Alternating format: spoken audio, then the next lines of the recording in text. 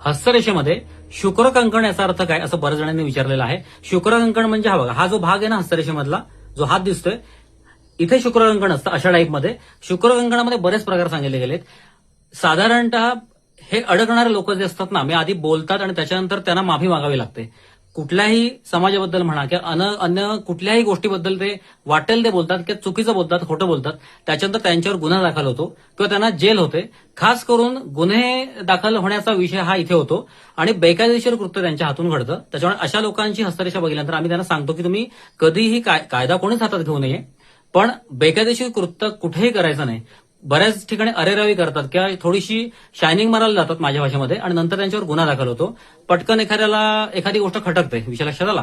आणि मेन म्हणजे बरेचसे लोक शुक्रकंकणवाले जे आहेत ना, दोन गोष्टीत अडकलेले आहेत. एक म्हणजे जिभेवर कंट्रोल नसतो, पटकन काय पण कोणाबद्दल बोलतात आणि ते व्हायरल झालं की त्यांना डायरेक्ट लोक फोकटून काढतात.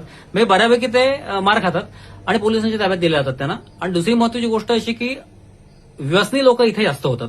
शुक्रकंकण जे आहे ना, म्हणून आम्ही सांगतो की ज्यांना शुक्रकंकण आहे त्यांनी शक्यतो जरा चांगल्या लोकांमध्ये मिक्स व्हा. कसं आहे, व्यसन लगेच ह्या लोकांना लागतं आणि आयुष्याची वाताहत होते. आणि तिसरा महत्वाची गोष्ट म्हणजे प्रेम प्रकरणात 100% धोका होतो.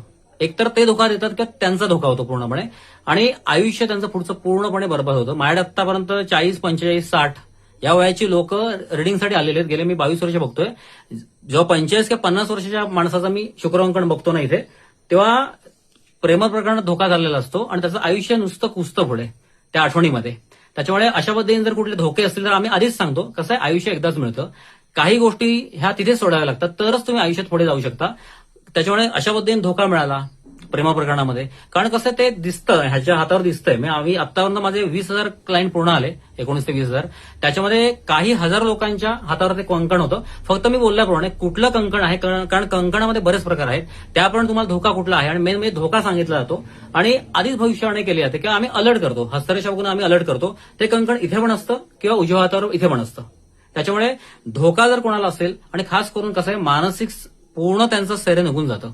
म्हणजे ज्यांचं वय आता 50 आहे, 60 आहे, 70 आहे, असे पण काही वयस्कर लोक आम्हाला भेटले की प्रेम प्रकरणात धोका मिळाल्यामुळे परत त्यांनी लग्नच केलं नाही. लग्न या विषयात ते गेलेच नाहीत. सेकंड मॅरेज हा विषयच नाही केला. त्या आठवणीत ते पूर्ण आयुष्य त्यांचं कुसत गेलं पूर्णपणे आणि बर्बाद झालं आयुष्य. त्याच्यामुळे शुक्रकंकणामध्ये दोन गोष्टी लक्षात ठेवायच्या. कधीही बेकायदेशीर गोष्ट करायची नाही, तुम्हाला मोठी शिक्षा होऊ शकते. आणि आतापर्यंत बऱ्याच जणांना त्याला सामोरं जावं लागलेलं आहे. काही जणांना मी आगाऊ सांगितलं होतं, अशी आगाऊगिरी करू नका, पण बऱ्याच जणांना त्याची शिक्षा झालेली आहे. आणि कसं असतं की कधीही बेकायदेशीर कृत्य करायचं नाही. त्यामुळे धोका असतो, सावध राहा. धन्यवाद.